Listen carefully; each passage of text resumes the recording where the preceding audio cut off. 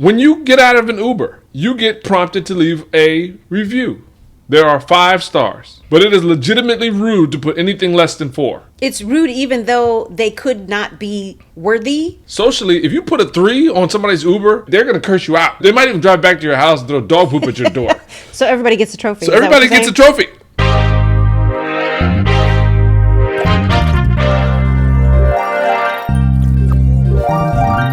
I wanted to talk about coddling. Coddling little babies? Coddling kids that turn into adult kids. This is when it got on my radar. The boys were in soccer. I remember it was the MVP trophy and then the most improved trophy. It went literally from that to the next year was, okay, everybody's getting a trophy. Right. And I remember thinking to myself, wait, what? I don't know. Why is everybody getting a trophy? I don't understand. Yeah. And the community came with, well, we don't want any one kid to feel worse or, not appreciated. So everyone should get a trophy. No, your kid is absolutely not the best. Doesn't deserve the best. No. Didn't deserve MVP, but I was fine with you don't get it. You didn't earn it. You don't get it. Right. So now let's fast forward a couple years. I'm coaching volleyball, and I remember there was a team of girls who worked their butts off. They showed up early.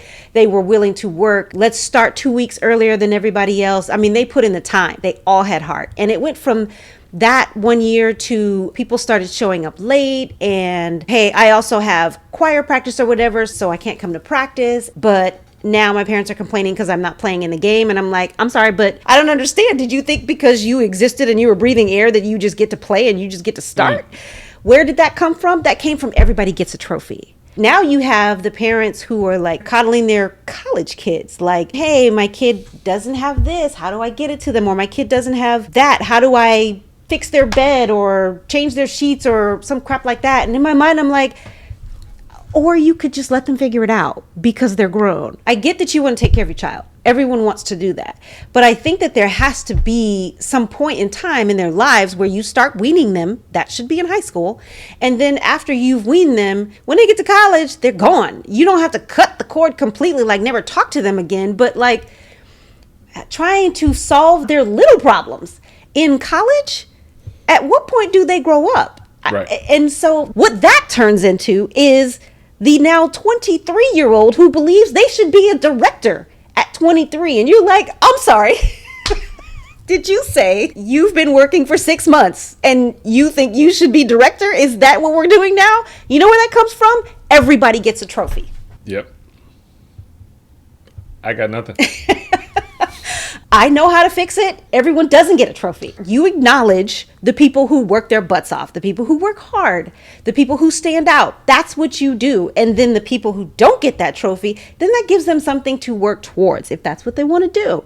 But if you're never giving them anything to work towards because you are constantly rewarding mediocrity, I can understand how we end up with the 20-something-year-old that believes it's been 6 months. I don't understand how I didn't get a promotion. I don't disagree. Speaking of mediocrity, shout out to the restaurants in Asheville that didn't deliver incredible food. I'm tired of rewarding mediocrity myself. I'm not going to name any restaurants, but damn it, do better.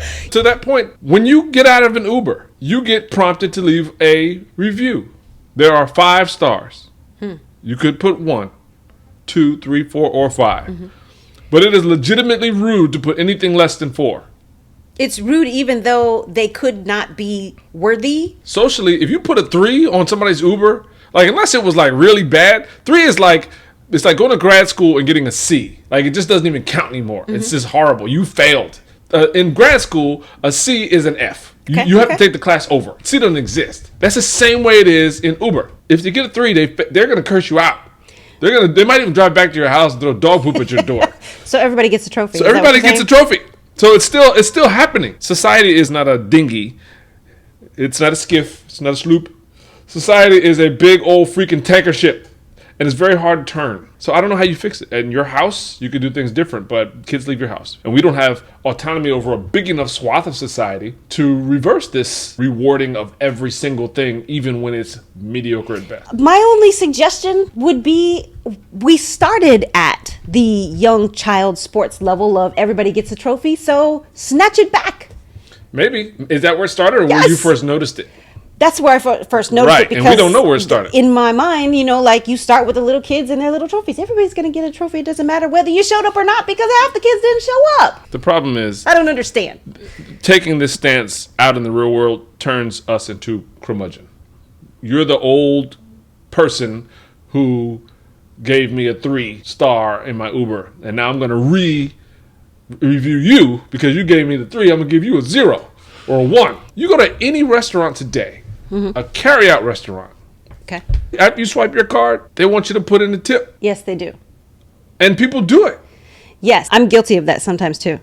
If I go hard right now on this microphone and tell people how much I hate tipping when you have not served me, I'm going to sound like Larry David. I think that you're right, but then there has to be this line that starts with you that says, I could care less whether I sound like Larry David. This is facts. This is real. This is true. And more people need to do it.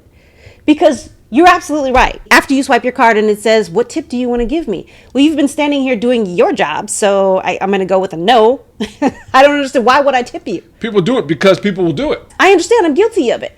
Now that you say that, I will rethink that every time I see, hey, give me a tip. I tip my investment accounts instead of tipping your ass. You're doing the job. Do your job. If I sit down at a table and you have served, then I understand that is... Right. Am I also expected to tip the person who pulled down the handle to get my yogurt? And I'll get my own yogurt. If I go to the yogurt place, I'll put my own stuff in the cup, then come up to the front and weigh it. And then before I pay, there's a tip button. Yeah. You don't even do anything. I know. It's a societal issue. What is the output of rewarding mediocrity? Yeah. Where is that showing up in places in society that needs to be corrected? And if you back that entire conversation back down to what are the laws of the universe inside my home? That's what is, to me, the most important thing. If my son is like, I need to make more money, then I would say, okay, well, you need another job. You walked into this job knowing how much you were going to make. When you decide that you want more money, now it's time for you to either get more experience and then get another job that will pay you more money, or go get another job. But, the idea of someone wanting tips because I'm standing here, that doesn't make any sense to me. You're a curmudgeon. Apparently so am I. So be it.